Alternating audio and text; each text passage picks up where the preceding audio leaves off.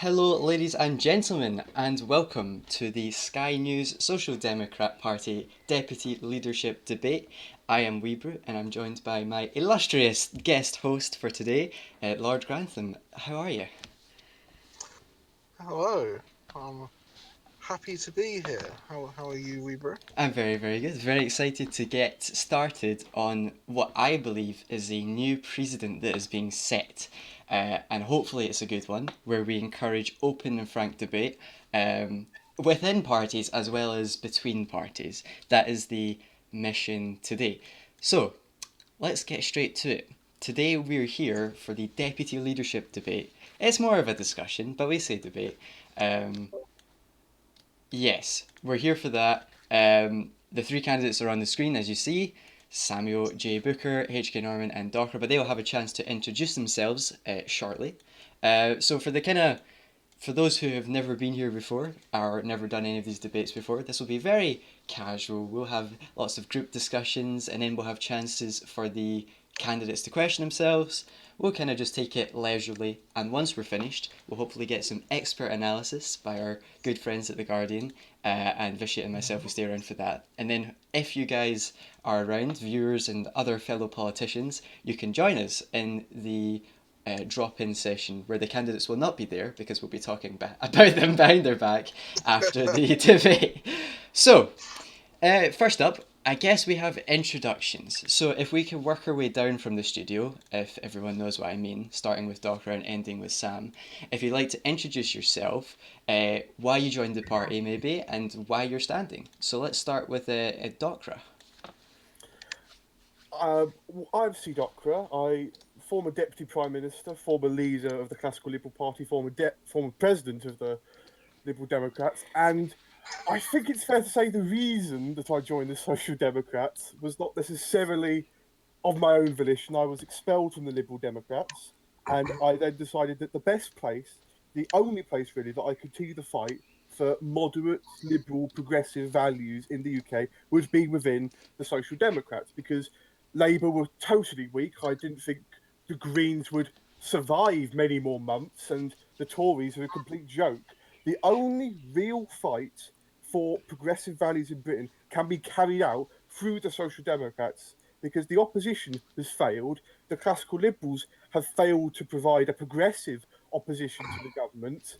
I believe that only the Social Democrats can do it. And I believe that as somebody with enormous experience in the House of Commons, with enormous experience at the executive level of government, I can bring to the Social Democrats that experience that they need as a new burgeoning force in politics so that we can go forward and make the impact that needs to be made in politics.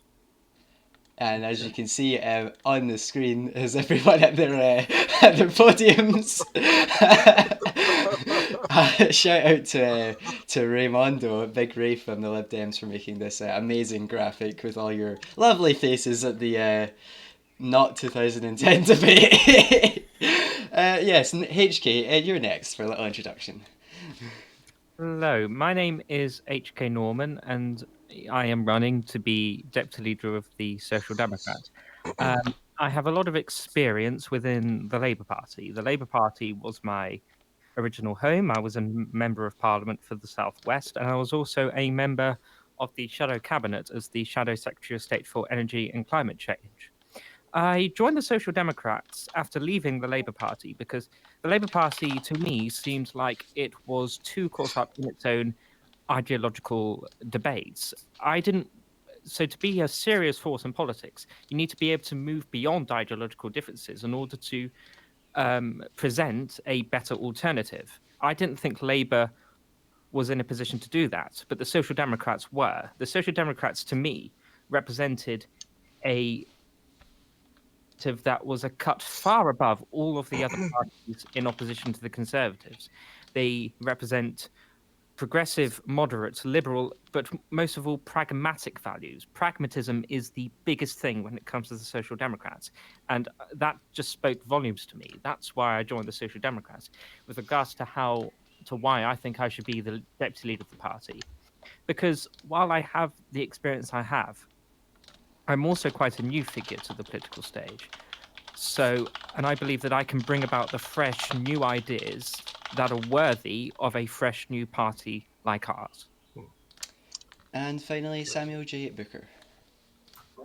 Well, thank you very much. As he said, my name is Samuel. I'm running for the deputy leadership of the Social Democratic Party because I believe this party needs a progressive and a serious candidate that's going to step up and provide and support our leader when he needs it. And that's exactly what I've done. I've worked with him on several projects in the past, and we've worked very well together. And yeah, I've had lots of experience in leadership roles.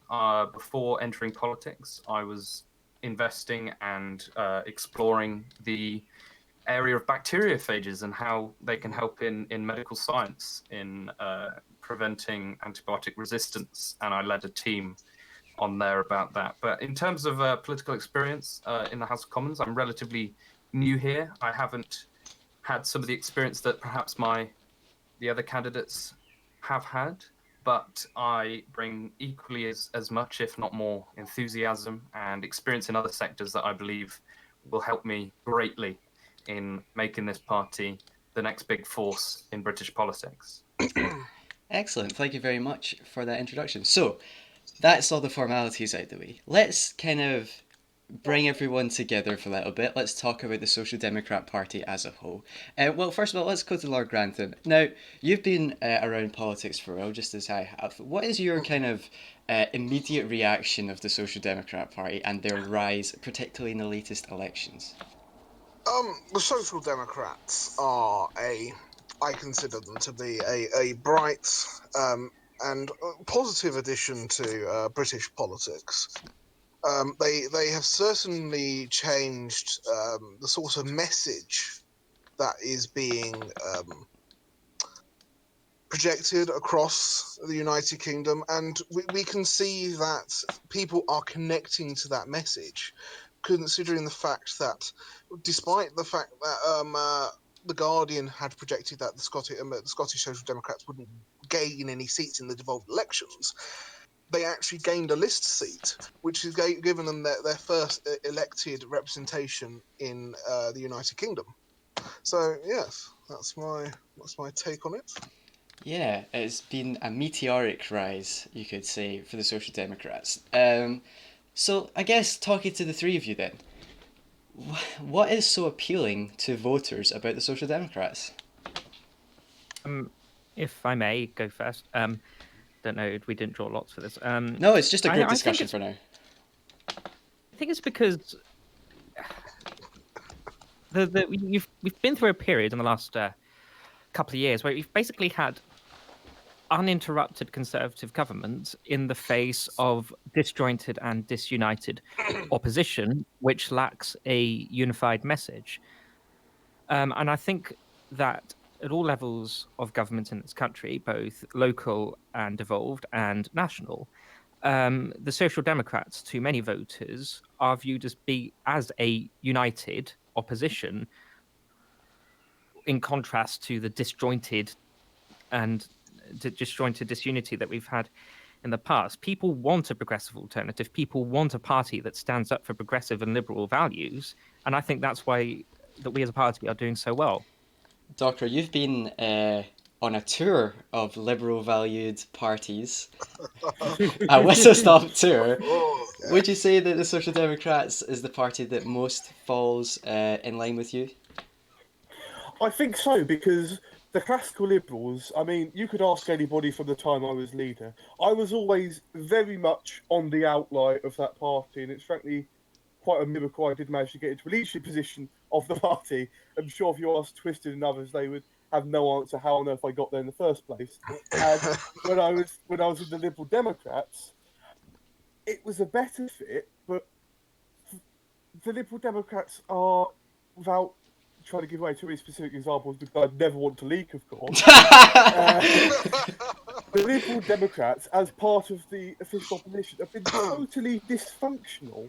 You know, they're not pushing for the kind of politics they should be pushing for, because they're too hung up deciding how on earth they're going to get anything done, because they're failing in terms of inter-party conflicts, they're fighting intra-party conflicts. I really don't think the Liberal Democrats are the vehicle anymore for liberal politics. And the classical liberals, I suppose, are fine if you are a right liberal, but I've never really been a right liberal. And I think followers of left liberalism should see that the Liberal Democrats don't really have an ideological drive at the moment. They're just sort of going along for the ride on their own movement. You know, politicians should be the driving force of ideology, of burgeoning political movements. They shouldn't be just sort of hanging on for the ride. I believe the Social Democrats are a force that try to drive movements, try to be at the head of them, try to push for more and more, and not just sort of coasting along while other people do the work. I don't think the Liberal Democrats or the classical liberals could represent the kind of left social liberalism I believe in. I believe only the Social Democrats can do that. It's going on from what Doctor just said. It's like before the resignation of Will Shakespeare as Labour leader, they had that benefit that Will would actually step up and do the work that needed to be done. Since he stepped down, all the stuff that Doctor has been saying is being laid bare out in the public eye. What does it mean to be a social democrat? Like, describe to someone who's never studied or been involved in politics what it means to be a social democrat. I think if I can just go forward on this one, it's less of a political orientation and more of a frustration with the other parties and the rest of British politics. 'Cause if we look around, British politics has been stagnating for a while now. We've got the Tories who have been in government for God knows how long, and we've got the Labour Party who have a leadership as stable as my nan's flip flop. It doesn't. What? There's no stability here, and I think that's why people have looked to us, and that's why we did so well compared to our projections in the recent devolved elections, because people are just so frustrated and they're looking for this new blood, and I think that's what we bring to the table. I think it's the first time as stable as my nan's flip-flops has been uttered here. It's a common That's phrase definitely a where we come unique from. saying. Oh, great. I like it. I like it. I like it. The first for everything. Yes, Okay. If Sorry. we're still going on what it means to be a social democrat. Yes. Social democracy, I think it is a political ideology. It is basically the belief that economy, but you also need to have strong public services backing that up. And that is essentially that there's this big void in British politics on the centre left as Labour move more and more and more trying to compete with Green Left and the People's Movement, and the Liberal Democrats move, well, not doing anything really. A strong centre-left alternative, a strong centre-left party that stands up for humanity, humility, equality, and freedom. That is what that is what we as Social Democrats stand for. Sorry, on you go, Lord Grantham. I can report after sitting here observing Twitter that hashtag strong and stable flip flop has become a trending hashtag. Okay. Rightly so. Rightly so. Rightly so, indeed. No more of this flip flopping bullshittery. Oh. That's an Ofcom Right, violation. that's it. See, every time the Social Democrats come on Sky News, we end up paying a fee to Ofcom. Yeah, exactly. I will cover the fee myself. But Oh, that's so okay, kind. that's that just shows my frustration with British politics. Try and change it. Yes. Getting annoyed at the flip flop. Anyway, Right. I like it. I think that was a very productive beginning to the discussion. I think there's a lot of... I think this party really stems from a lot of frustration of other parties. Would you agree with that, Lord Grantham? I would certainly agree with it. It seems that the success, especially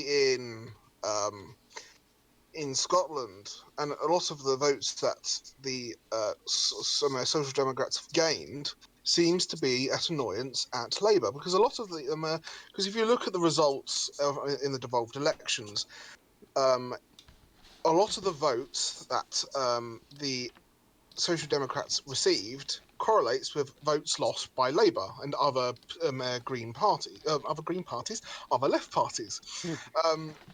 So I think there is frustration there, and so I can see where they're coming from in that regard. Indeed. Let's actually flick the screen and show you the results provided to us by the beautiful Will Shakespeare of The Guardian. What we can see here, if you turn your attention to the graph, is a 9.4% rise in the constituency vote and a 7.19% rise in the regional vote for the Social Democrats. And you can see a 12.74% loss at Scottish Labour, 8.61 on the regional. You can actually see that the Social Democrats had more votes than the Scottish Liberal Democrats, a party that has already been in government. Is that something that we'll see more of in the Social Democrats? Have they peaked too early, perhaps? I mean, I don't think there's any idea of the Social Democrats having peaked because, first of all, this is only the first wide contest we fought in. You know, previously we've only fought in by-elections. This is our first outing on a national scale across Scotland, and in that we already saw a massive, nearly 10-point rise in the polls, which is way better than anyone thought we had any reason to do. And next, what's going to be coming along is the general election. And if we get a 10% poll there, which will be a big ask, but I don't think it's beyond reason at this point, if politics continues to fail the average person as it's doing right now, then we could realistically see seats just on the verge of going into double digits, really. I mean, that can translate into one seat in Scotland because there's less seats to play for in Scotland. But when you've got so many more seats to play for in the Westminster election, there's going to be so much more up for grabs. I think the Social Democrats are going to continue to barnstorm, and I think we're going to gain more and more momentum. We're going to gain more and more people and members who realise the left has failed us, the centre is absent. Let's get behind the only vehicle that we believe can push the voice that is being silenced in politics at the moment, and that's the Social Democrats. And I think we're going to continue to rise up on that popular discontent. I don't think we're anywhere near the top yet. I don't know where the top's going to be. Hopefully the top will take us into government, but that'll be far too early to make calls like that. But I think we're way off a peak yet. If I can just elaborate on that slightly, I think with the Social Democrats, it's not a case of us being the only ones left. It's a case of us propelling ourselves into the situation where we are the right choice, if you know what I mean. It's not the case of the two big parties collapsing and someone having to take the burden. It's the case of we are the only party that is proposing sensible policies and sustainable policies, and that is something that if I were elected, I'd want to continue. And I think we can support that really well by making sure we are the party to vote for. We're not the only ones left. We are the first choice, and we are the only ones who are promoting this kind of progressive and stable and sensible politics that seems to be absent from all the other parties at the minute. Well, And the strong and stable flip-flops. okay. I feel that when we've had a by-election result where, in the absence of a candidate from the People's Movement, our candidate would have taken that seat, and when we have an election where we go from polling at 1% to taking 7% of the national vote, it's totally unreasonable to say we've peaked too early. The message I would say is that the thing that I would say is that the best is yet to come from the Social Democrats. We are a party that is on the move. We are a party. And I feel that if I was elected to be deputy leader, we would have to keep up that momentum, not only at the ground level, talking to voters, talking to constituents, but would also have to continue holding the government to account in the House of Commons as we have been doing. Well, we are here, of course, for you guys standing as deputy leader. So, let's move on to the most hotly anticipated part, at least in myself and Lord Grantham's opinion, of this lovely discussion. We're going to take a look. Now, we were not, how to put this, we were not really feel like it was correct to put the manifestos out in public without your permission. I saw Samuel put his in Twitter already. And I'm not saying that you have to or don't have to, because, you know, at the end of the day, it's up for the membership to read the manifestos, and your membership has your manifestos, so there's no need for that to take place. But what we're going to do is, we've obtained your manifestos, we've looked through your manifestos, we've looked at your history, we've looked at your tweets, we've looked at your emails, and we've not looked at your emails, that's news of the world, and we... Factual phones. Yes, we have actually for no, we're not. I feel violated already. And we're gonna now begin questioning you individually. Yes. We have picked you at random. It just happens to be the order that you're in the studio. Actually, it doesn't. Okay. If you whatever. In the studio one, you're the same order, but in the podium, you're not. You get the point. So we're gonna start with Doc, who is at the top of our list, and I will let Lord Grantham do his work. I will be providing some graphical context as well as we go on. So, Docra, you've been in politics for a while now. It's fair to say, I believe. However, as Weebru pointed out, we did receive copies of your manifesto. Your manifesto was 3 pages long. It rips off the French Republic's motto, and it has no real indication of what you want to do in leadership. If you cannot state what you want to do and why you're running, why should the SDP membership elect you? I think the biggest thing that I bring to the SDP is something that doesn't necessarily translate well as manifestos and policies, and that's my experience. We were just talking about elections. When I was at the head of the classical liberals, I took them not only to their best election result ever, I took them into government. When I was head of the Scottish Liberal Democrats, admittedly my tenureship was cut a little bit short, but I ended up winning the only seat the Scottish Liberal Democrats won at election time Cheers. last time round. I beg your pardon? Cheers. No, it's no problem, Weebru. My seat now. What I bring to the Social Democrats most of all is not necessarily policies, although I do have some policies in my manifesto, I would hasten to add. What I bring is the 1 second. experience. Okay. When I was talking about policies, your manifesto looks very much as if you were going into a general election or a devolved election. You're running for a deputy leadership position in the SDP. There are no policies which you are wanting to implement to improve the party for the party members. I mean, what I am proposing is, because we are a new party, I'm proposing the direction we should be taking policies in. For example, if I could note, one of the policies for my manifesto is about massively empowering the trade union movement. I think Labour has failed the trade union movement, which historically is what Labour was set up to protect. But how is that making the party better for party members? You're talking about actual party policy to go into a general election. You're not talking about what things you would like to change, the structure of the party, any constitutional change that you want to make. You are talking strictly about party politics. Because I do not believe there is a radical need for the restructure of the party at this point. We've just had that. What I believe we need is a policy direction. I believe the deputy leader should be at the front of that, and that's why I've put policy suggestions forward, so that then I'll have a backing from the membership to go, this is the kind of policy, this is the direction we want to take the party in as we form manifestos, as we go into a general election. This is what I believe we should go forward. And if you agree with me, vote for me on that, vote for me in my experience. I don't believe the structure of the party is the key issue here. I believe the key issue is, what is the party going to represent? What is the party going to believe? I believe that's what we should be focusing on this deputy leadership election. What are we going to do with this new burgeoning movement? That's what I'm focusing on. If I could just interject, go back to your experience a second. You say you've been around the block, let's say.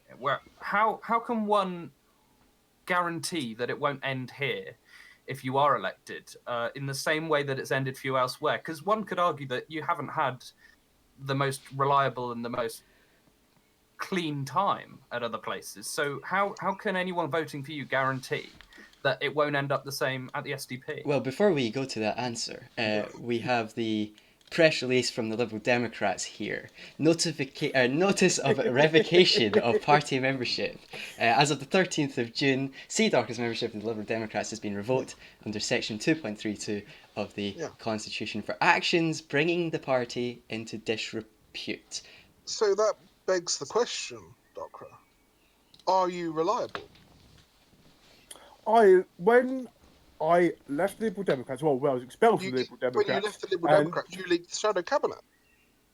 I Yes, I have explained in conversation with Saunders, the leader of the Social Democrats, why I did it. I'm not going to explain to anyone else why I did it because that would, in and of itself, be further leaks against the official opposition, which would be incredibly ironic if, in order to cover my, basically to cover the reason why I leaked, I had to leak further. That seems a bit odd. So I'm not going to do that.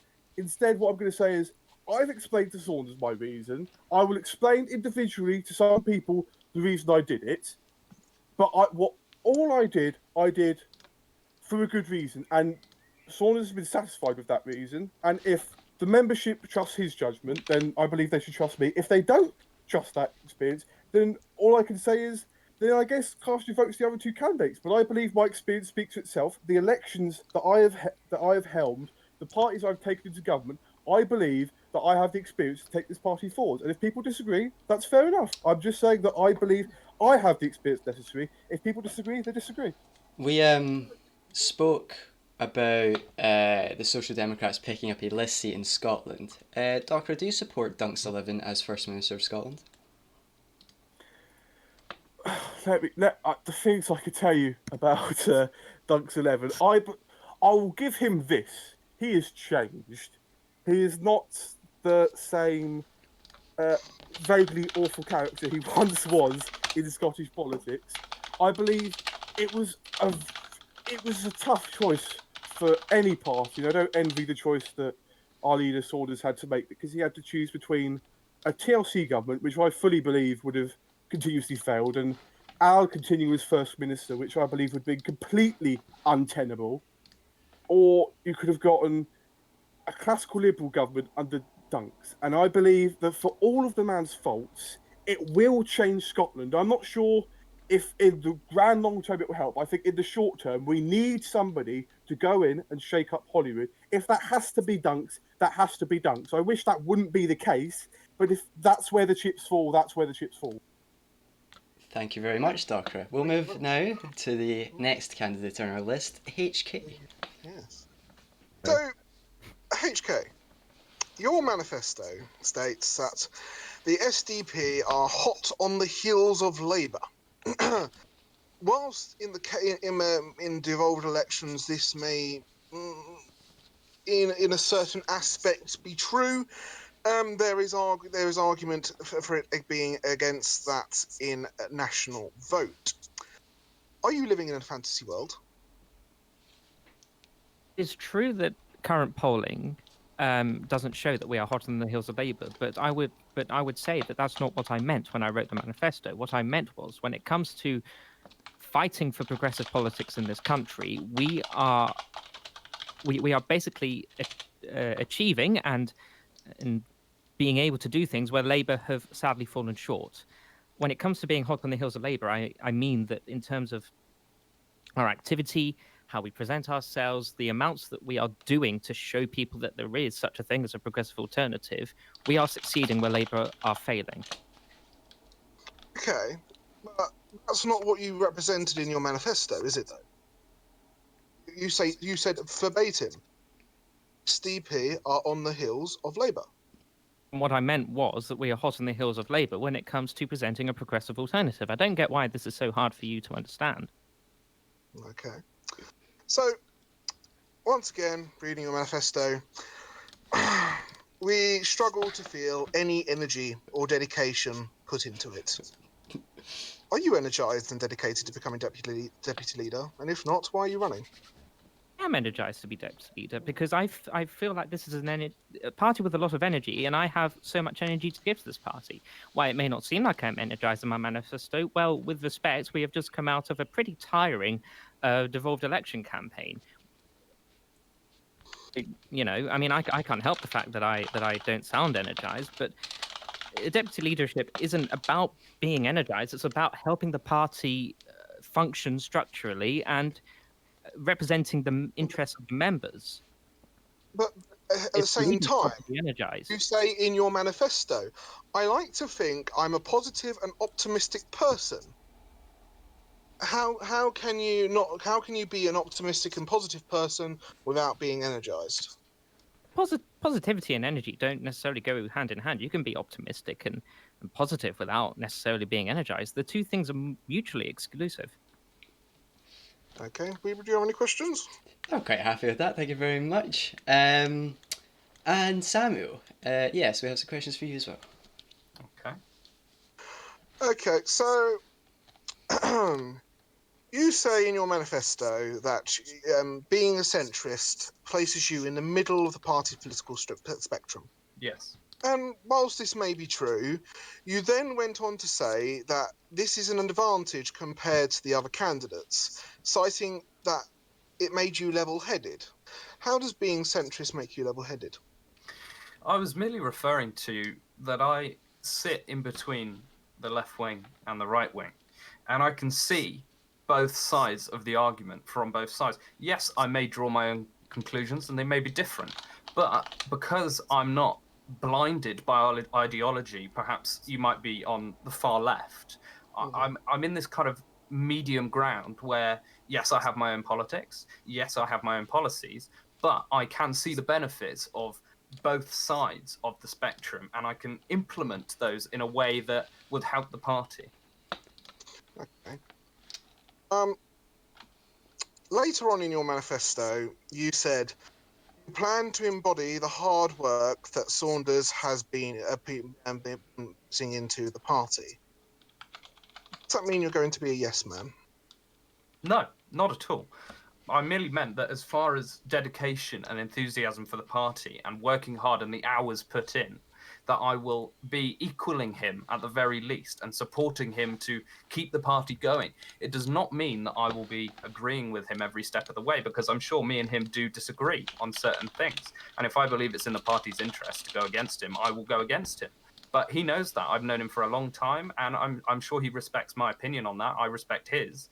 But it does not mean at all that I'm going to stand by him the whole way and agree with everything he does, because I think that's a primary role of a deputy leader, is to challenge the leader and to challenge what they're doing and what they're saying, and say, well, hang on a second, is this the right thing for our party? Have you considered doing this? Okay. Instead of just agreeing with what he says. So no, in answer to the question, I will definitely not just be a yes man. Good. One final question for you. On Twitter recently, you were answering questions, and Tommy One Boys, member of Parliament for Cheshire, asked, "Is that the one? Is that the one?" Yeah, what do you have that the other candidates do not? What do you have that the other candidates do not? You replied with, "I believe I have many characteristics that would be good in a deputy leader. However, one of the most important for a serious party like the SDP is a clean record. The other two candidates have been rather outspoken and controversial on Twitter recently, making rather offensive comments, and my personal belief is that the party image is a very important aspect of party politics. Electing someone with a poor track record wouldn't do the party any favours." What have they said that's controversial? Well, I'm sure. Before I start, I must state I have the utmost respect for everyone inside the SDP. We're all a really hard-working gang of people, and I don't have anything against them in that regard. But that being said, I do believe that some of the things being said on Twitter, in particular, are a bit dubious, let's say. And I think it's important for a new party who's looking to say, look, hang on, we're better than these guys. You need to be voting for us, which is the core of politics. It's a foundation of party politics, is getting voters to vote for you. And I just think we need to be filtering what is said on social media and Twitter especially, more so than the other two candidates have done so far. And that it's important to me because I believe a good party image translates to good results on the polling papers. And if you look at how things have been so far, we've already had to apologize as a party for some of the comments made. And I just think if we're electing someone that has already forced the party to apologize on their behalf, it doesn't send the right message to the electorate. Thank you very much. I think that was very fun. How did you find that, Lord Grantham? Um, I particularly liked Samuel's answers. You came across very well. I did try to catch you out. Unfortunately, but all candidates did as well as I thought they would. I think I think they everyone did handled very well. I themselves think well. everyone had great justifications for the questions that were posed. They never had the questions in advance, to be fair. So it was a very useful exercise. Yes, so that is the three of the candidates being grilled by our excellent co-host and a little bit from me. Bad Cop has done his job perfectly. I can retire in peace. Now we have to. Let's bring it back to a kind of more open mic group round table discussion, if you will. Now that we've had you all individually defend your record, so with everyone here, how important is it that these kind of public debates happen? I think it's incredibly important. I think transparency is a step to more honest politics, and I think as a party that is something we really should embody, is transparency at every available opportunity.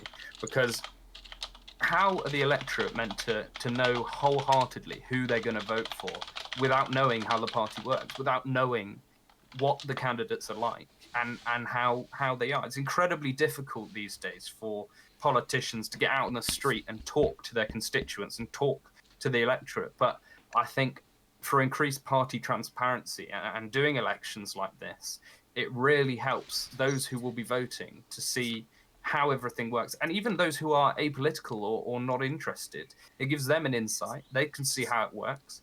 And I think personally, it just involves everyone a lot more. And I think that's a really, really core and integral part of politics, is involving everyone and making sure everyone gets heard. And that's the benefit of holding these open public elections, is everyone gets to see how it works. They get to see the good, the bad, the dirty, and the ugly. And I think that's how politics should be.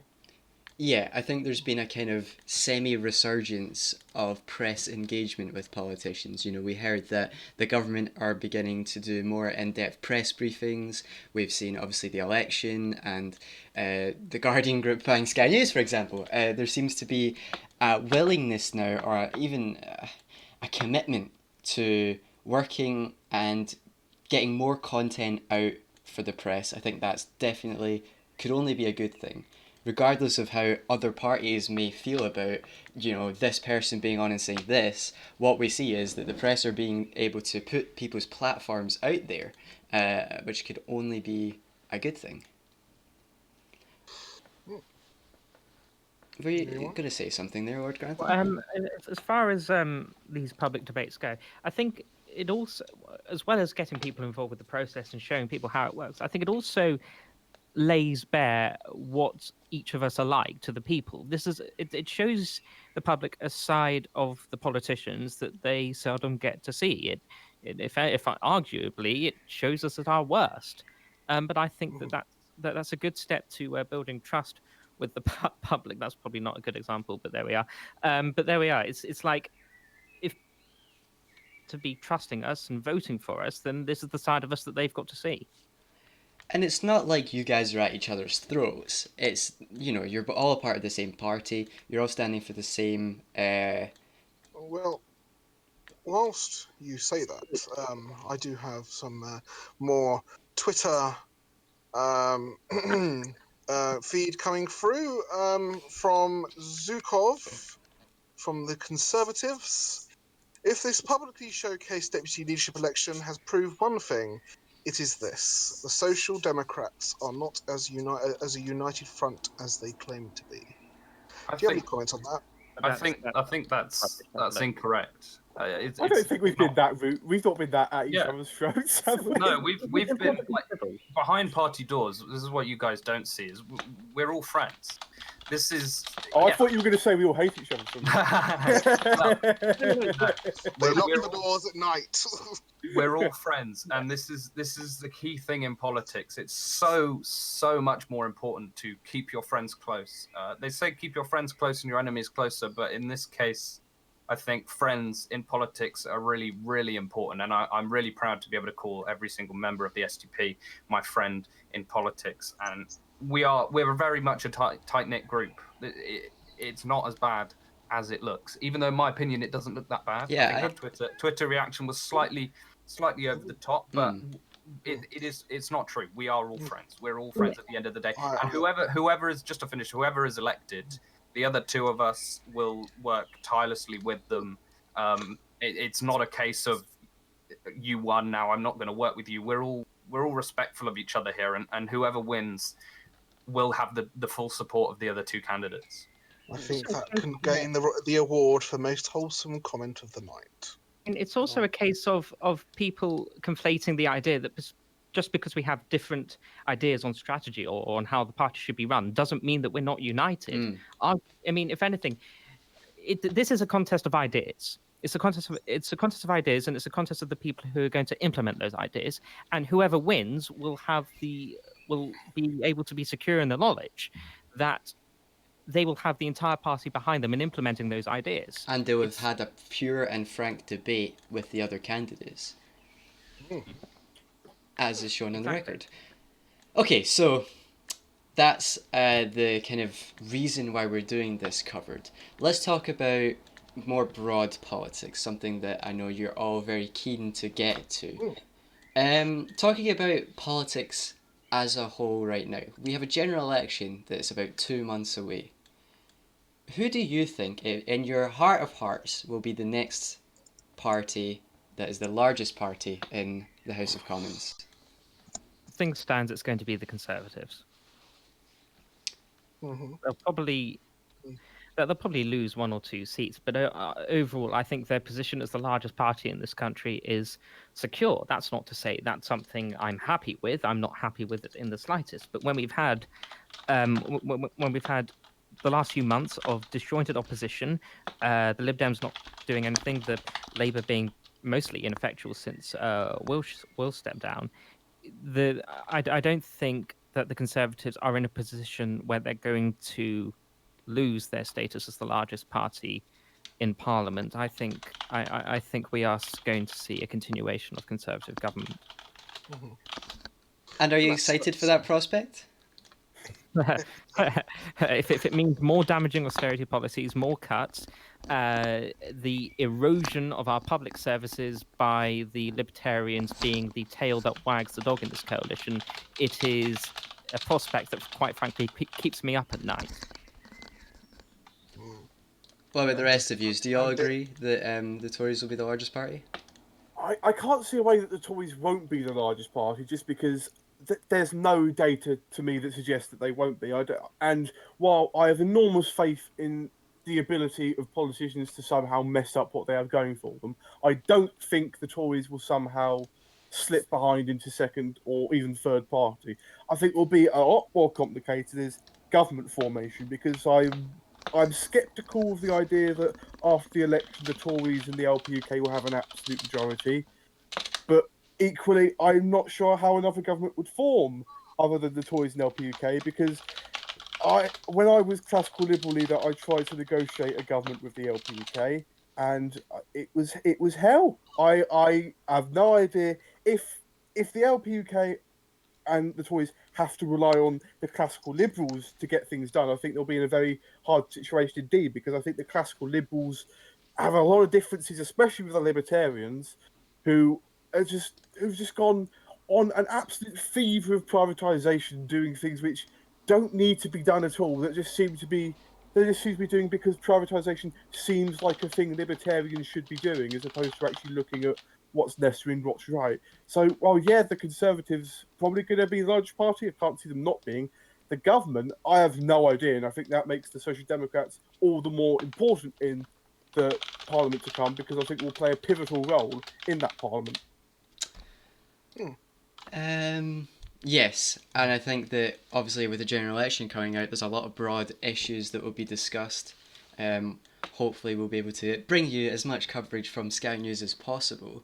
What do you think, with you guys being out canvassing, I'm sure, is the number one issue that voters are talking about in Britain today?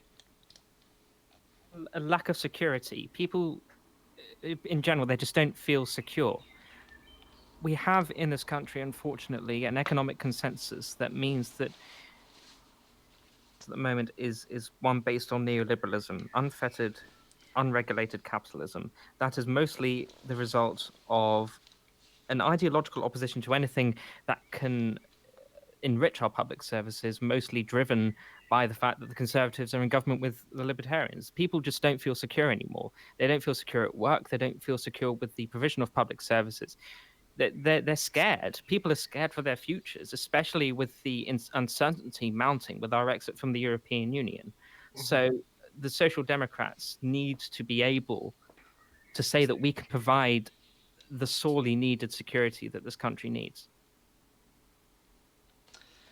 And I guess what was I going to say? Yes, coalition partners. Many of you have been vocal about the other parties that are close to your camp, if you will, the centre left, the centre, the left.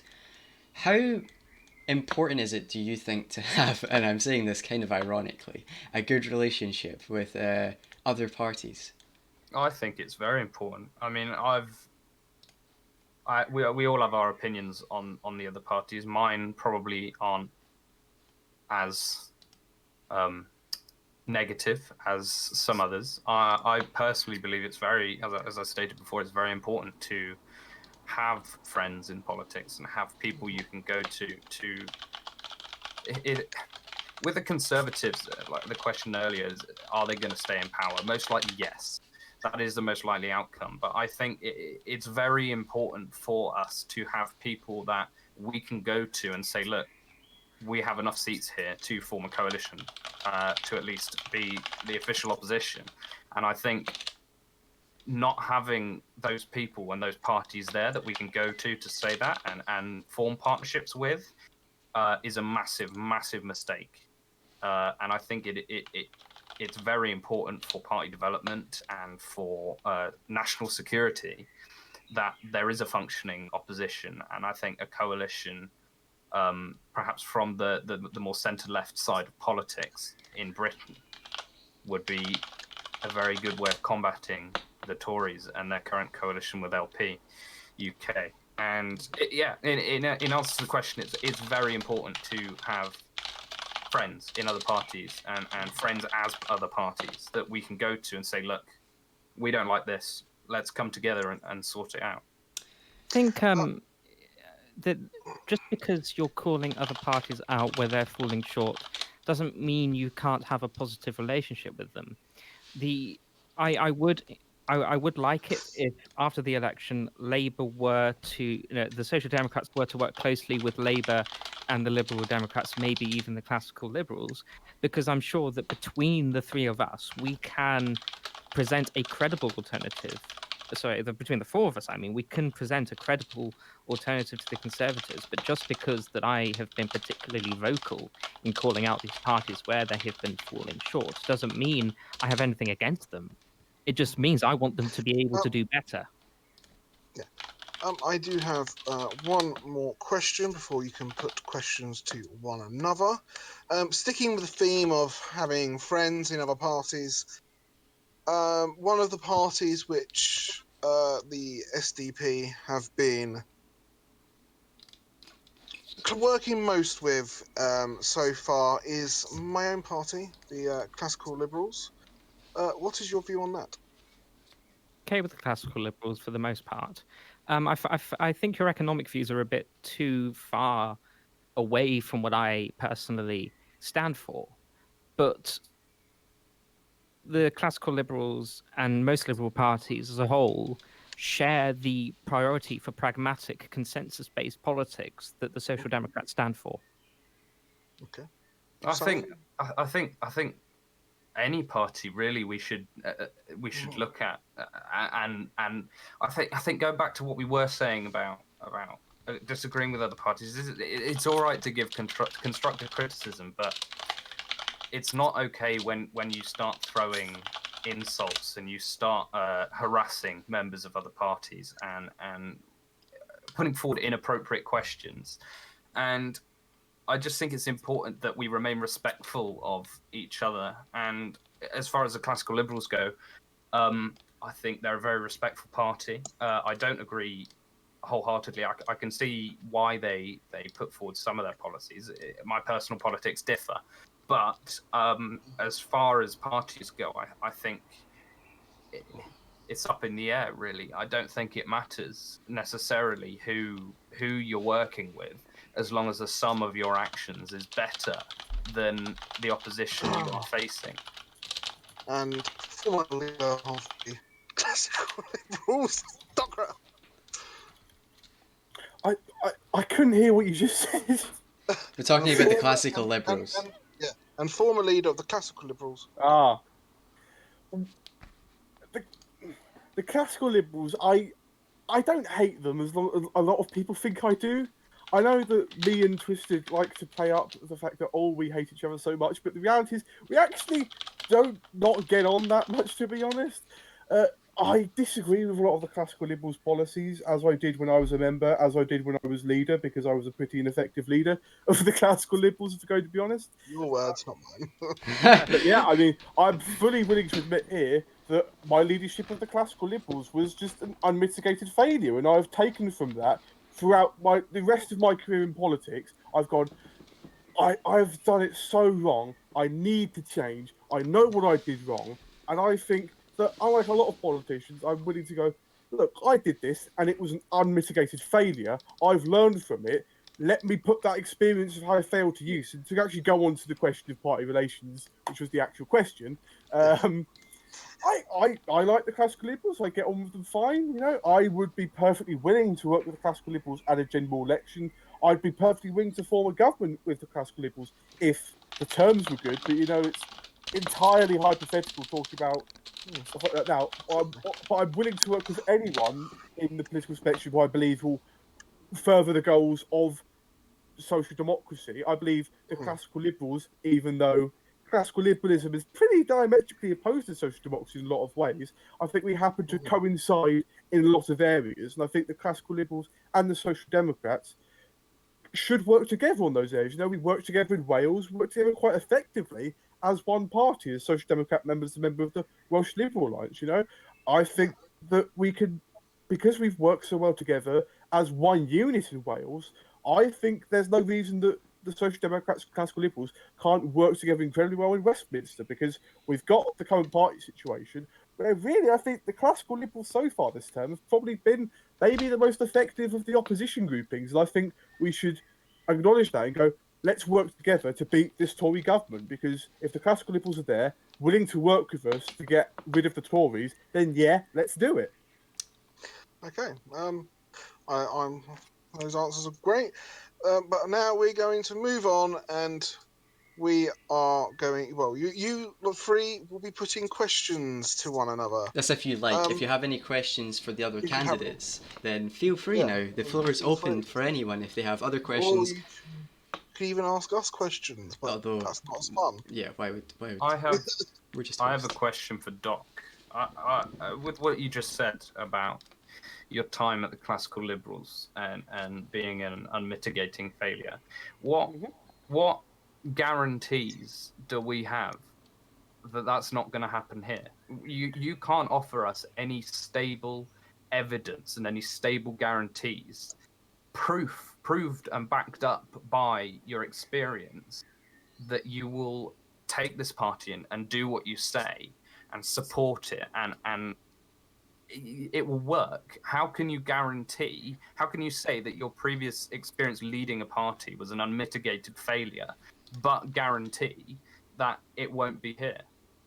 Because building on that, as I said, I now know what you do not do, because all I was as a leader is I was too weak. I let people walk all over me, do what they like, when really what leadership needs to do is be tough, to actually lead, to put forward the agenda, to control the agenda. And I believe that when I was president of the Liberal Democrats, I did what I could to try and help that machine go along. And I believe that I did a lot of stuff as part of the TLC to help shape that into LibLab, where it should have been. I believe that I did a lot to try and move the party forward. Obviously, in some areas, some of the techniques I used may have been a bit underhanded and rightly got me expelled from the party.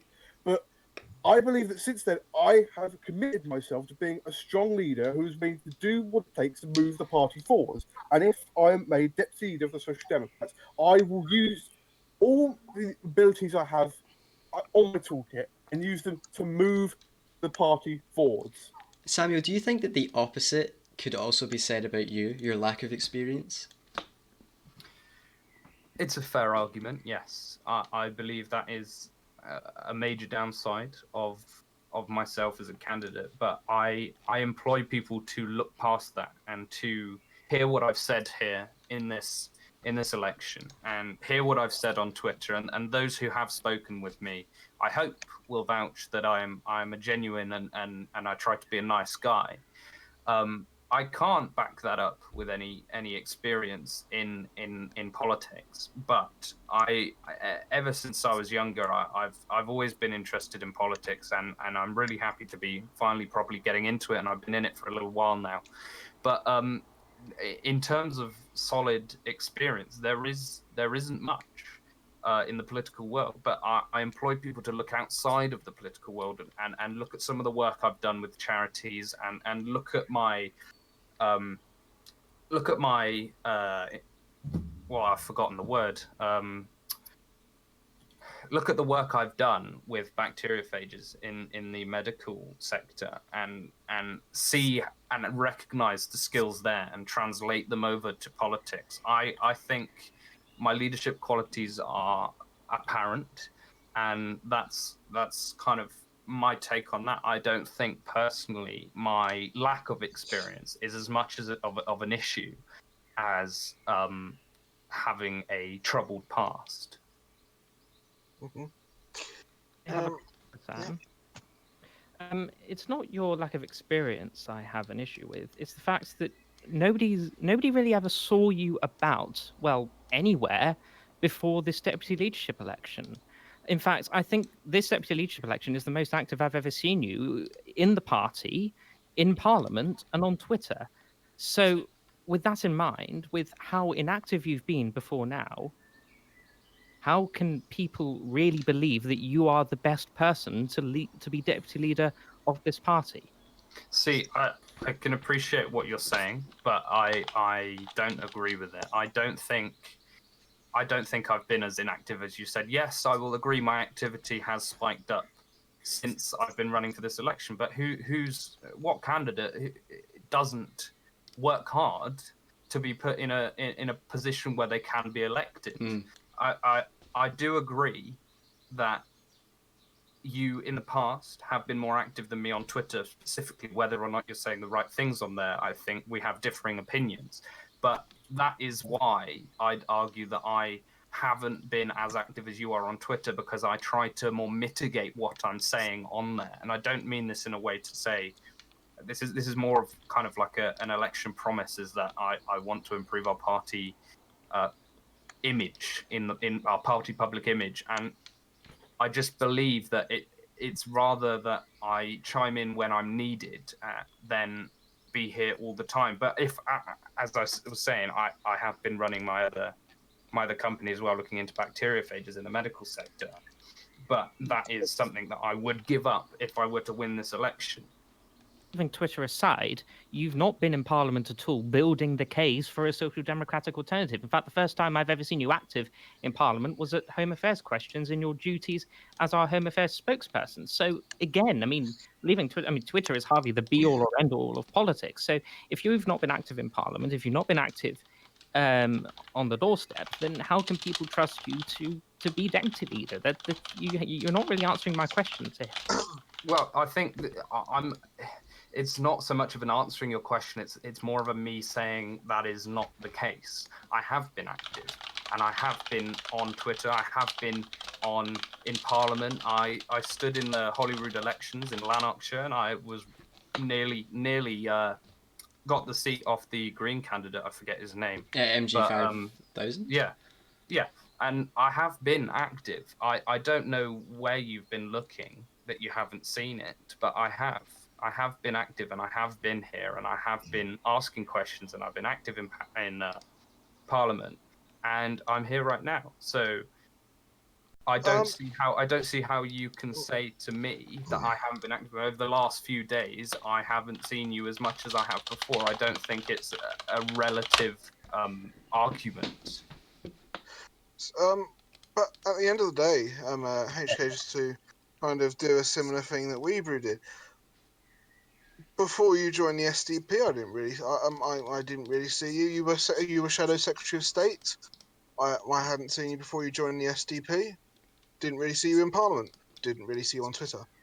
The only Can't your comments also be reflected onto you? I mean, my duties as Shadow Secretary of State for Energy and Climate Change only extended as far as commenting on climate legislation and questioning the Secretary of State for Energy and Climate Change. Now, it's ministerial questions for the Secretary of State for Energy and Climate Change. He failed to turn up, and as a result, resigned. So, and I did submit questions to him when he did eventually give his statements in the House of Commons. And while I was serving as Shadow Secretary of State for Energy and Climate Change, there wasn't really much climate change legislation to build upon. My duty is... But that's not the point.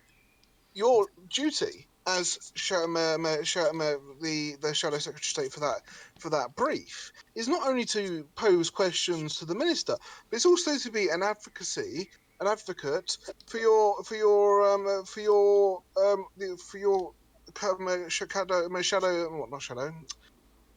coalition opposition for their climate change policy. I didn't see you do any of that. That's because I was mostly preoccupied with actually coming up with a coherent climate change policy for the Labour Party. That never really came to fruition as I left the Labour Party before that could be implemented, but that was out of my hands. If I can just interject here. Yes, surely you're not restricted to only commenting on... I heard you say you only commented on issues relating to your position, but surely that's not a limitation of being a Secretary of State. Surely you must be allowed to comment on other things, surely. I did, but I just never really found the time to do so because, well, there was other things going on in my life at the time. I can't help that. Okay. Well, I think that's a brilliant place to end things and bring things to a conclusion. Well, thank you very much to the three brilliant candidates for coming on and doing this. It takes a lot of kahunas to come onto the stage and subject yourself to not only the scrutiny from my law boy friend here, but also from the public. So thank you very much, on Twitter. On Twitter, yeah. Thank you very much, Doc, HK, and Samuel J. Booker for joining us. Thanks for having us. And that concludes the SDP Deputy Debate section of this broadcast. Lord Grantham, did you enjoy yourself? I most certainly did. I thought the most fun part of the night was grilling them, but I might have some personal bias. But no, it was. I think they handled themselves very well, and I think it was a very mature debate, which I hope they enjoyed, and I hope it's useful for the members of the Social Democratic Party. And that's really what it boils down to, right? It's the Social Democratic Party that's going to be voting. It's their members that are deciding who they believe should be the deputy leader. Yeah, so that's that. I'll leave everyone to now make their decisions. Oh God, Tommy tweaks for the sake of this country. I thank Sky News for ending that madness. Jesus Christ. But anyway, on behalf of myself and Sky News. Well, yeah, you'll be slipping your piece of paper and running away. I'm going to continue the broadcast for a little bit and bring some guests happened in in. other parties. I'm going to interrupt everyone who was talking. In fact, I'm going to chuck these two out because they've been here for ages. And I'm going to bring... What was that? Aye, Why would you? Hal, yes, Bugging this up. what I'm going to do is say goodbye to... What the fuck is going on? Yes, What's happening? What are you doing? there we go. This is a bizarre studio. I But get anyway, fined from Sky anyway. News. Now look. Yes, thank you very much, Lord Grantham. Bye bye. Yes, I was going to say we're continuing the drop-in phase of this beautiful broadcast. Emma, you're a member of the Social Democrat Party. How are you? Oh, loving life. Loving life. And I'm also joined by Zukov, the Welsh Conservative leader. How are you? If you're with us, Zukov. Oh, hello. I'm sorry, I can't hear you. Yeah, I'm here. How are you doing? Yeah, I'm here. You're here. That's very good. Emma, how did you? I'm not. Yep. Present You in can the run rain, away if you that's have all. to. It's all good. We're relaxing. If you've not got the microphone on properly, Emma, how did you find the debate? Well, I didn't like the attacks that they had on each other when we're trying to be a cohesive party, a party of unity. This party should have been about loving each other. Sorry, party. This debate should be about loving each other, trying to bring each other up. Did you say We one don't- love there? we don't- One love. We don't mention one love because it upsets someone who might be watching. Oh. But I mean, at the same time, you know, they weren't exactly going at each other's throats. It was a healthy debate. It was a debate about what they want for the vision for their party. See, Weebru, here's the issue, right? Here's the issue. I think I've already discussed this on Twitter when yeah, it's funny. Like the entire like you talk about grand coalitions. Literally every party was dogpiling on sockdowns. That was ridiculous, though. That was like in my opinion, and perhaps this is biased because I'm in the bloody broadcast. I feel like it's just the party's spin machines all going off at the same time on the Social Democrats Party. They feel like it's a chance to rinse the party, when in reality, what they're doing is being open, they're being frank, they're being transparent with the public, and they're allowing their debate to be broadcasted on a press organisation that's trying to continue to fire out content. Weebru, let me just tell you something. Weebru, there's a difference. There's a difference between, for example, the Conservatives having a leadership election where the person could become the prime minister, for God's sake. So there would have to be some element of, you know, like, oh, we're going to show some of it to the public. We're going to have to like make some of this public because there are huge implications for deputy leader elections for a currently minor party. I've already discussed this on Twitter.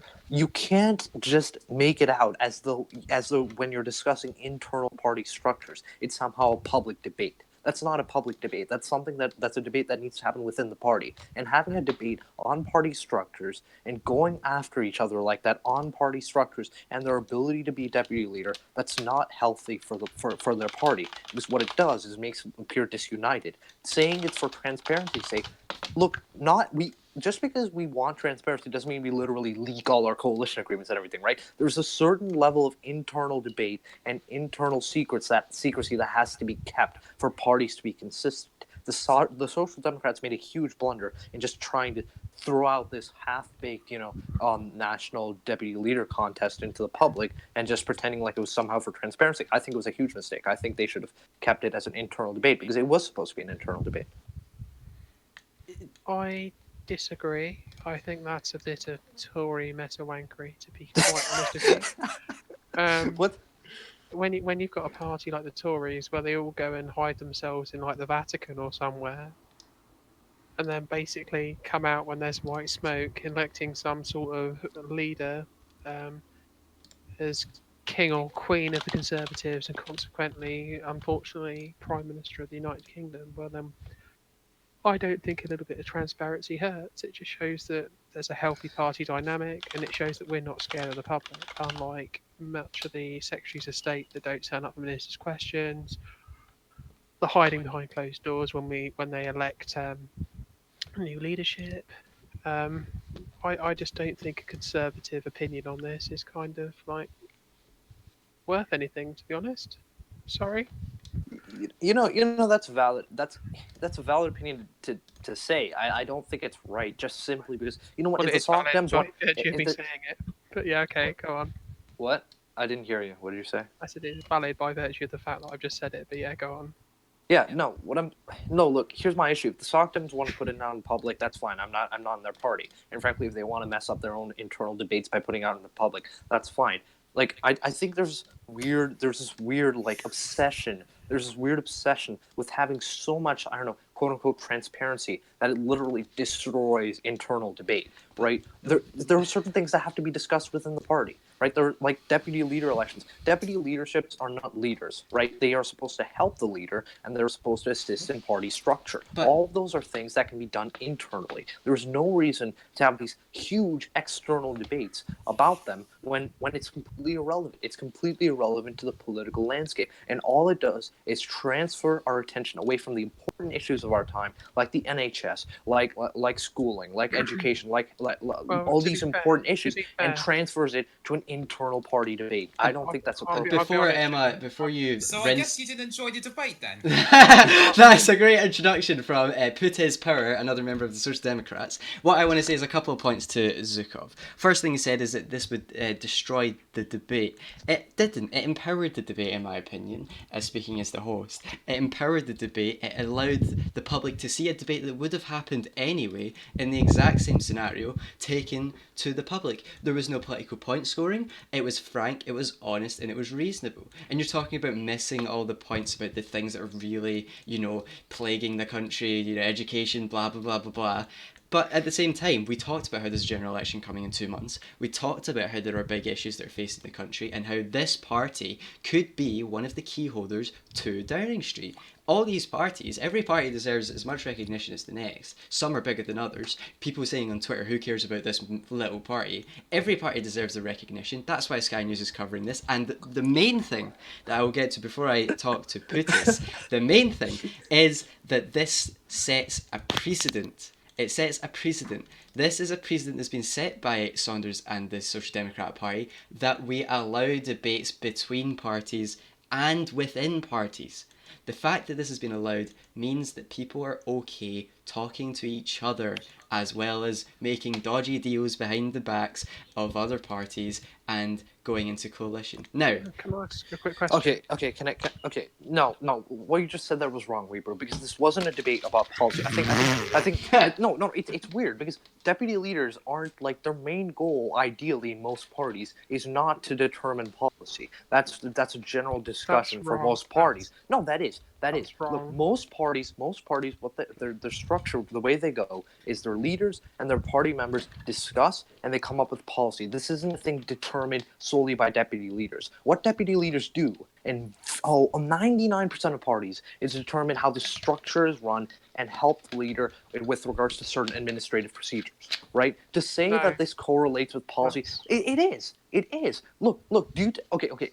You were previously in the Labour Party. In the Labour Party, did they give any huge special voting benefits? Like, for example, if you were a deputy leader, you got 10% more votes than everyone else when it came to determining policy. I get where you're coming from, Zukov, but that's not in the party constitution of the SDP. That's a little far, mate.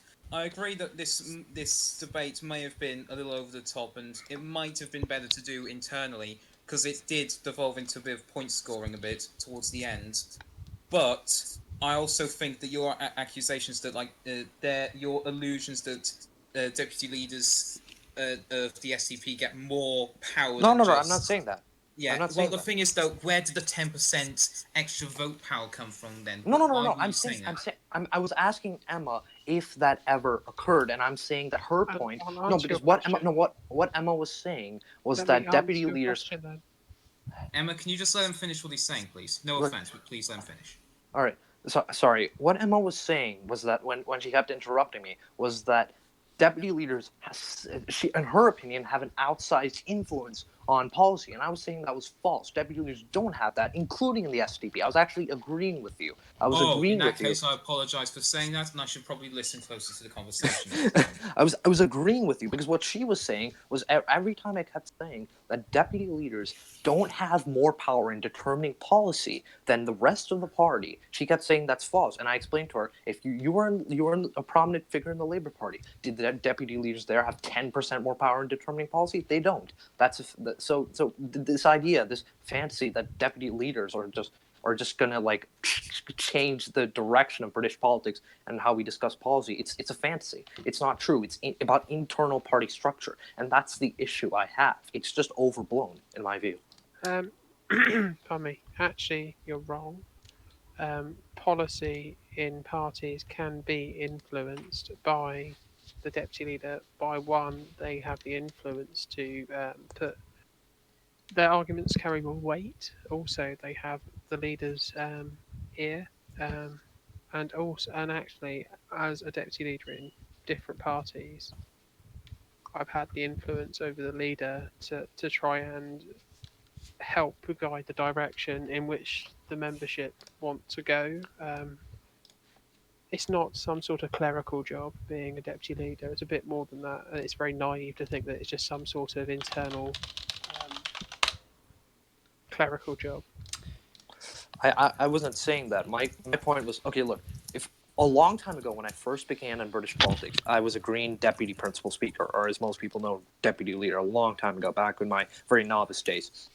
Back in our times, from what I saw as deputy leader myself, there's this idea that deputy leaders have this huge influence on policy. It just wasn't true, right? We had everyone contributing to policy, especially in manifestos. That's the Greens, though, and in all sorts of discussions. And I'm sure the SDP could testify to that because our very own SDP guest here is talking about how deputy leaders in their party and constitution don't have outsized influence. I'm not right? sure the So Greens is a reasonable thing to, look at, because the Greens are about shared power. There's no leader in the Greens. That's why they had principal speakers instead of leaders. But that's not what I'm talking about. What I'm talking about is the idea that deputy principal speakers. I'm not talking about me being a principal speaker. Me being a deputy principal speaker. And I remember at that time we actually abolished the joint powers. There was only one principal speaker because we abolished both of them. At that time, we only had one principal speaker, two deputy principal speakers, and this idea that deputy principal speakers somehow had a huge influence, sort of even in the Tories, I can tell you, deputy leaders don't have this huge power to sort of influence policy that ordinary members don't, right? In almost every party, there is this internal discussion, this internal debate, right? Deputy leaders don't necessarily just hold the ears of the party leader, and I'm not saying it's a clerical job. Deputy leaders are a hugely important job, right? They help manage party structure. They're the guys who advise the leader on electoral pacts. They're the ones that other party leaders meet to discuss, all kinds of manners of inter-party relationships, right? I'm not saying it's a clerical job. I'm just saying that it's mostly an internal job. And to say that it's somehow reflective of policies are going to be made, I don't think that's an entirely accurate position to take. Okay, let's bring some more guests on. We are joined by the leader of the Irish Parliamentary Party, Trevism. How are you, Trev? You with us, Trev? Getting your mic sorted. Hello. How you doing? I'm not too bad, you alright? I'm alright. Did you enjoy the debate? Well, it was certainly eventful, wasn't it? So that's a no then. Trev, who did you think performed the best today? Well, I think all three candidates showed something a little different. I thought that Samuel, to say he's a very fair newcomer to the MHOC scene, appeared to be quite convincing. Presented sensible arguments, provided flowing speeches. He sounded generally quite good. I thought HK, a lot of emotion, a lot of power in what he was saying. I thought he argued out his ideas fairly well. I mean, obviously there's a few moments where maybe party could have been a lot better, but at the same time, that's going to happen in these debates, isn't it, really? You're not going to have people agreeing on absolutely everything, because that's the entire nature of different people standing in leadership positions. And as for Doctor, obviously, he's got his own track record, and we all know that. But yeah, I thought he answered the questions put to him fairly well, given that there were some quite tough questions there. Yeah, I do agree. I think Doc got the worst of it. Okay, so we have to. He's been murdered by 2 people on Sky News now. It's just becoming a Sky News tradition to just murder Docra. Yeah, but is his name Sea Doc or is it Glenn Cullen? Because I Can't say that. Trev, will you have? You won't have a vote, will you, in the STP deputy leadership election? Oh, Trev's muted. Anyway, I'm pretty sure the no, IPP has an affiliated party. I think they will because they are an SDP member. Yes. IPP are basically the Irish wing of the SDP now, although SDP has no control over IPP policy. Indeed. I think we have Trev back. Are you with us, Trev? Bit of an issue there, but oh yeah, you sound like you're breaking up quite a bit.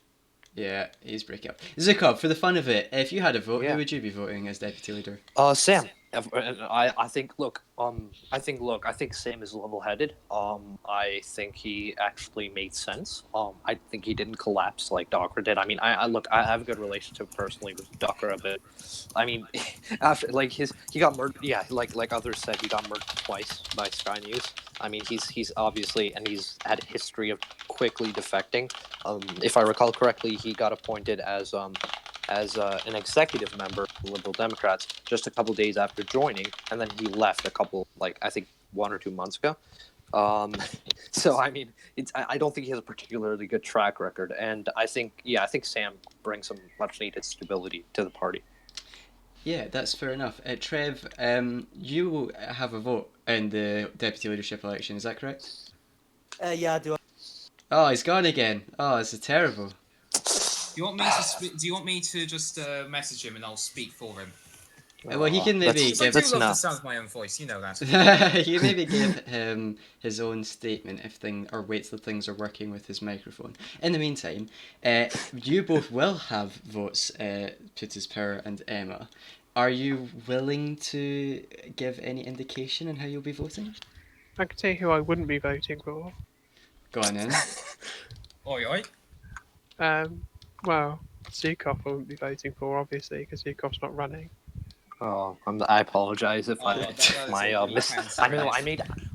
made so many mistakes during the deputy leadership election. I apologize profusely. I promise to be better social democrat. You have failed us all. And I won't be voting for you, Weebru. There's number one. See, look.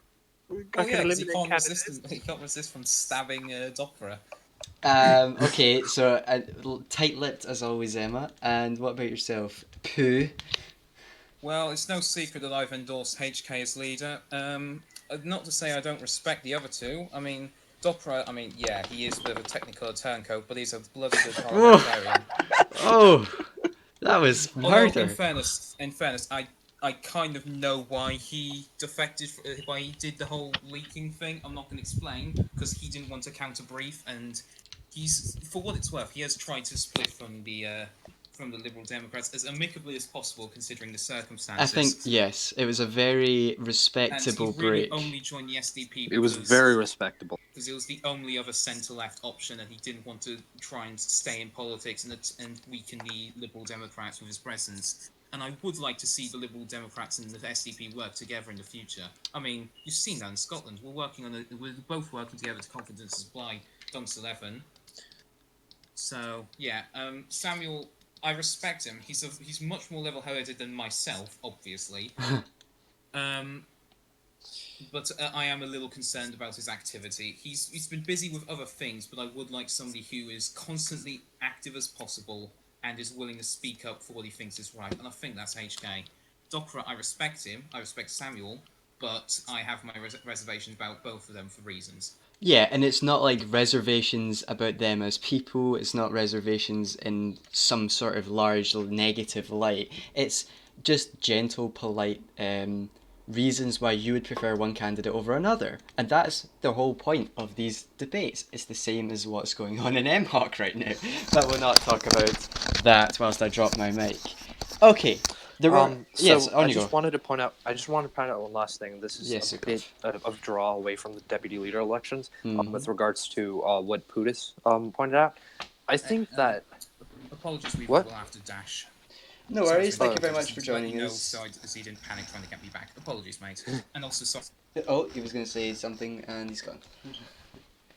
All right. I was just going to say, with regards to the Social Democrats and Liberal Democrats working together, I think that at a Westminster level, never point out when your adversaries are wrong, but they're extremely divided. The left to center left is probably the most divided region of of politics, and I think that if they keep staying divided, they won't have a path to government in any time soon. And I think that's something they have to look at and realize, otherwise they're going to fall. I think this is a question that we spoke about before in one of the drop-in shows. How do the left regain their stronghold or their ground? Is it through the Social Democratic Party? Emma? Honestly, Or on you go go. ahead. Oh, I was going to ask Emma, but yeah, sure, if you want, Zukov. No, I'm not going to go ahead. it's for a left that's actually united rather than divided. Actually, How do you unite the left when there's parties like the SDP, sorry, that are forming? well, this is the problem. You see, we need to work closer together. It doesn't matter what brand you are, SDP, Labour, Green Party, any of these left-leaning parties, apart from those on the far fringes, extremists, of course. We need to unite those sensible left-leaning voices into one electoral force. That seems really strange. You're saying people like parties like Labour that have avowedly unionist branches, like the Scottish Labour Party, should merge into or form electoral pacts with nationalists like Greens and Plaid Cymru. Sorry, what did you just say? That seems like a really interesting argument. So, are you saying that parties that have avowedly nationalist, unionist branches like Scottish Labour, should form electoral pacts with Plaid Cymru and the Greens? Are you saying that?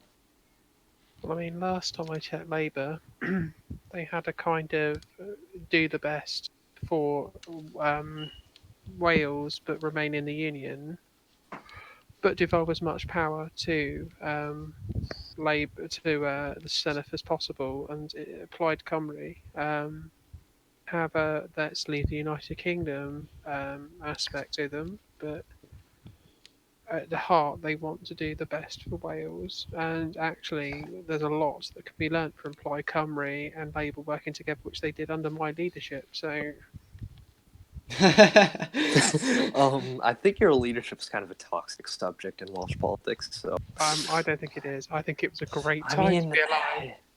considering we had a party that just controlled 2 out of 9 seats in the Senate have its first minister elected, I mean, I don't think that's particularly Well, a great time. well. I To mean, be that fair, seemed pretty undemocratic to me. it's pretty tame compared to the meta wankery that the Tories get up to. I don't know what that means. You need to stop Yeah, talking what does about that, meta wankery please. mean? Anyway, meta wankery mean? let's try again with Trev. Trev, are you with us this time? Hi there, I'm back, yeah. Yeah, you're a little bit robotic, but we can make you out. I was saying, Trev, you will have a vote in the deputy leadership election, won't you? Yeah, I do, as a IPP leader, IPP members get a vote. Obviously, I disclosed my endorsement for HK publicly a few weeks back, but obviously the debate has opened up a fair few other questions, because I think there's 3 candidates there who have very, very strong credentials, if I'm honest. Yeah, I think that's why this was so needed. I think that people were, easy enough to endorse guys like HK, guys like Samuel. It's very easy to take a side, but wait until they back up what they preach on something like this, and then it opens up a whole realm of possibilities. Are you still sticking with HK though? Well, I've got a few very important decisions to make in the next few days, not just relating to the SDP. Obviously, the IPP are on in the executive nomination to hopefully be First Minister, Deputy First Minister. So with a bit of luck, I'll be able to make a fair few decisions this weekend. That would be very interesting. Okay, so we're bringing this to a gradual conclusion. It's been a pretty interesting day. Trevor, you left Twitter, mate. What happened? Well, basically, I made a bit of a bit of a wry remark and regretted it instantly, and then obviously I just decided the end of the day, it's not worth. It's not worth getting involved in all the arguments and the petty disputes. I thought I may as well leave and just absolve myself of any sort of.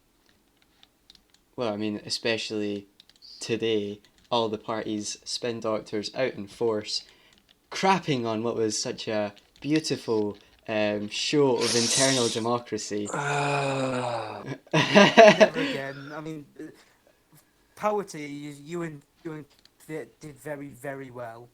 Oh yeah, Probably you guys too did well for my extremely well. liking, but Yeah, probably you. too well for my liking. But at the same time, never again. That is ensuring that as much That as was a we all terrible. like internal, as much as we all like internal democracy, there comes a time where there can be too much internal democracy, and as a result, I'll just say that this is Oh, probably the test case to future party leadership candidates not to agree to a debate without actually knowing what you stand for. is Trev the secretorian here? Well, No I don't internal think. democracy. Yeah, I mean, let's be honest. Oh, to be fair, I've always said I admire the Tories hand-picking leadership candidates. It's I'll take something of an compliment. absolute strength that, and I can't argue that really. I mean, at least I know what they want. I'll take What about the aspect of the discussion that we had that was regarding with like the kind of cross-examination part of it? Did you think that was worth the time? Oh yeah, it was definitely. You remind me a bit of a police interview. You know what I mean? It was like some of the questions Vic was asking. He absolutely eviscerated Docra on his previous stuff in the Liberal Democrats, because if you look at it, if you try and give a response to something like that, you're not going to come off well.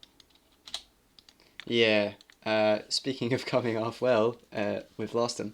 What about both of you? Did you think that like, well, you know, I'm not a fan. He says, "Fuck, what happened?" I'm not a fan of, you know, just a straight kind of Oxford Union debate. I mean, you know, opening statements and closing statements. That's not my kind of style. And it's not Sky News's kind of style. Do you think that that kind of, you know, vitiate? We went through the manifestos. We took bits. Obviously, we didn't want to just put them straight out to the public and let people rinse them. But do you think that was something that was needed? Do you think that it was too much poking at the internal workings of the Well, party? as someone that hasn't actually read the manifestos yet, it was quite good. And I kind of know Zukov? where they stand. Yeah.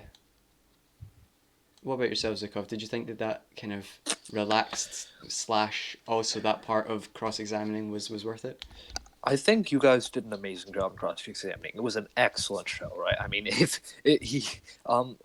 think Vit did an absolutely amazing job on cross-examining. You know, God forgive his victims when he goes to court in as a lawyer.